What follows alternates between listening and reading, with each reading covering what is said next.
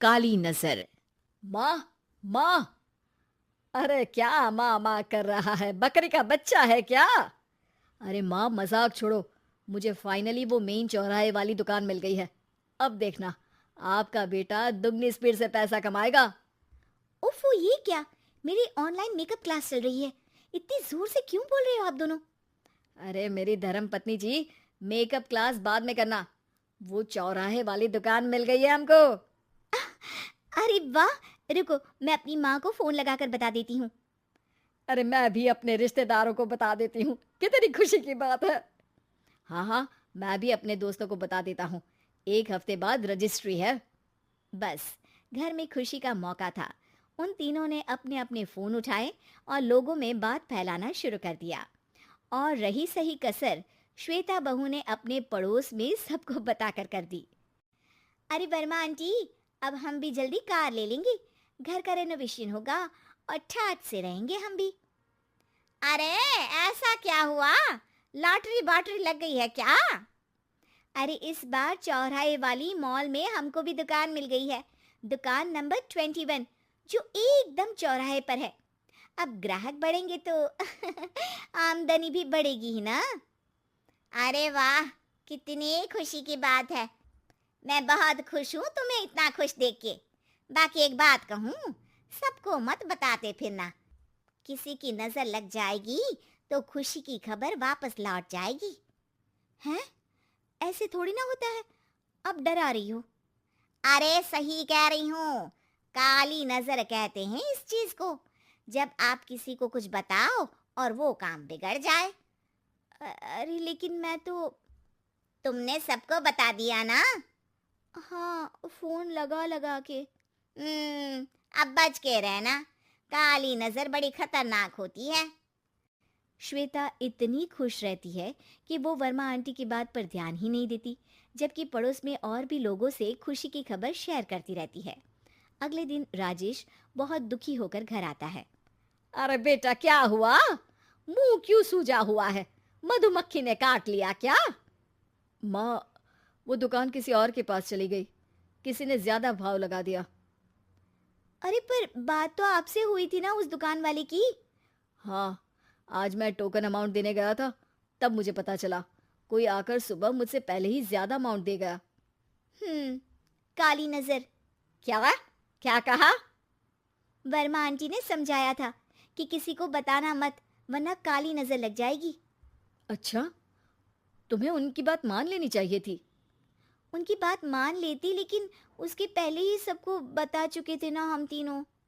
अरे अगली बार से ध्यान रखेंगे। कोई भी नई चीज होगी तो किसी को नहीं बताएंगे।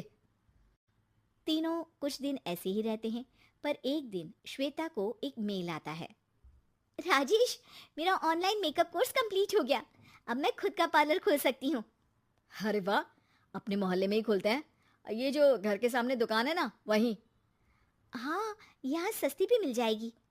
अगले दिन श्वेता वर्मा आंटी के पास जाती है, मिठाई का डब्बा लेकर। अरे आओ आओ, कैसे आना हुआ? जोर से नहीं बोलूंगी। वो सामने वाली दुकान है ना, वहां मैं अपनी पार्लर की दुकान खोलने वाली हूँ। उसकी मिठाई है। अरे वाह, बहुत बधाई हो तुमको। हाँ, मैं कमाने लगूंगी तो राजेश पर पूरे घर का बोझ नहीं रहेगा ना आंटी जी। ये तो है। पर ये बता कि तूने ये बात किसी और को तो नहीं बताई ना? अरे नहीं नहीं, पिछली बार गलती कर दी थी। काली नजर लगी किसी की और राजेश के हाथ से वो दुकान चली गई थी। सबको मत बताना। चलो मैं चलती हूँ, कल दुकान की बात करने भी तो जाना है। अगले दिन श्वेता दुकान के लिए मालिक से बात करने जाती है। अरे लेकिन दुकान तो हम कल रात को ही किसी को दे चुके हैं। कल ही? हाँ, कल ही। 2 दिन बाद कोई यहाँ पार्लर भी खोल लेगा। अब कहीं और दुकान देख लीजिए। अरे पर हमको भी तो पार्लर ही खोलना था। हाँ भाई, ये एक ही दुकान है, आधी आधी तो नहीं दे सकता ना मैं। राजेश और श्वेता घर पर हताश होकर आ जाते हैं। इस बार तो किसी को बताया भी नहीं था। अब किसकी काली नजर लग सकती है? सुनो, तुमने माँ को बताया था क्या? अरे कैसी बात कर रही हो? माँ की नजर थोड़ी ना लगेगी। पक्का तुमने किसी को नहीं बताया था ना? सिर्फ वर्मा आंटी को बताया था। उन्होंने ही मुझे किसी को नहीं बताने को कहा। अरे यार, तुम भी सही हो। मेरी माँ को नहीं बताने को कह रही हो, पर वर्मा आंटी को बताना तुम्हें जरूरी लगा। अरे वर्मा आंटी ने ही तो काली नज़र के बारे में बताया था ना। वो हमेशा हमारा भला ही तो चाहती हैं। मेरी माँ भी हमारा भला ही चाहती है। अरे पर चिल्ला क्यों रहे हो? बात नहीं कर सकते क्या आराम से? नहीं आता वो आराम से बात करना, और करना भी नहीं चाहता हूं मैं। दुकान जाने का दुख गुस्से में बदल गया था और राजेश और श्वेता में बात बंद हो गई थी। 2 दिन बाद मोहल्ले में पार्लर का इनॉग्रेशन हुआ, जिसमें मोहल्ले के सभी लोगों को बुलाया गया, पर श्वेता, राजेश और माँ नहीं जाते। माँ, अंदर आ जाओ। क्या देख रही हो? अरे नया पार्लर देख रही हूँ अपने आंगन से। देखो, माँ को दूसरे का सुख देखने में कितना मजा आ रहा है। मेरा दुख नहीं दिख रहा इन्हें। यहाँ मेरा पार्लर भी तो हो सकता था।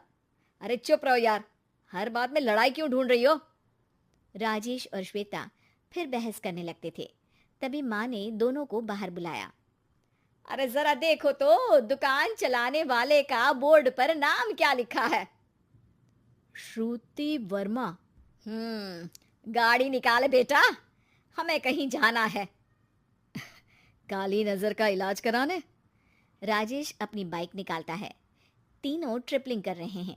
माँ राजेश को उस मॉल वाली दुकान पर लेकर जाती है जहाँ राजेश अपनी दुकान खोलने वाला था। यही दुकान लेना चाहता था ना तू? हाँ, पर इनको भी दुखी करने लेकर आई हो क्या यहाँ पर दुकान दिखाकर? वहाँ काफी नहीं था? अरे श्वेता, थोड़ा सब्र रख, अभी पता चलेगा कि हम यहाँ क्यों आए हैं। बता, इस दुकान चलाने वाले का नाम क्या है? अनुपम वर्मा। कुछ समझ में आया? वो दुकान वाली श्रुति वर्मा, ये दुकान वाला अनुपम वर्मा, और हमारे पड़ोस में हमने उस दुकानों के बारे में बताया किसको था? अब वर्मा आंटी को। मतलब वर्मा आंटी ही हमारा काम बिगाड़ रही है? नहीं नहीं, ऐसा नहीं हो सकता, ये बस इत्तेफाक है। राजेश अपना फोन निकालता है और श्रुति वर्मा और अनुपम वर्मा के नाम फेसबुक पर सर्च करता है, जहां ये दोनों ही वर्मा आंटी के रिश्तेदार होते हैं। श्वेता को समझ में आ जाता है कि वर्मा आंटी की ही नज़र काली नज़र है। अब क्या करना है?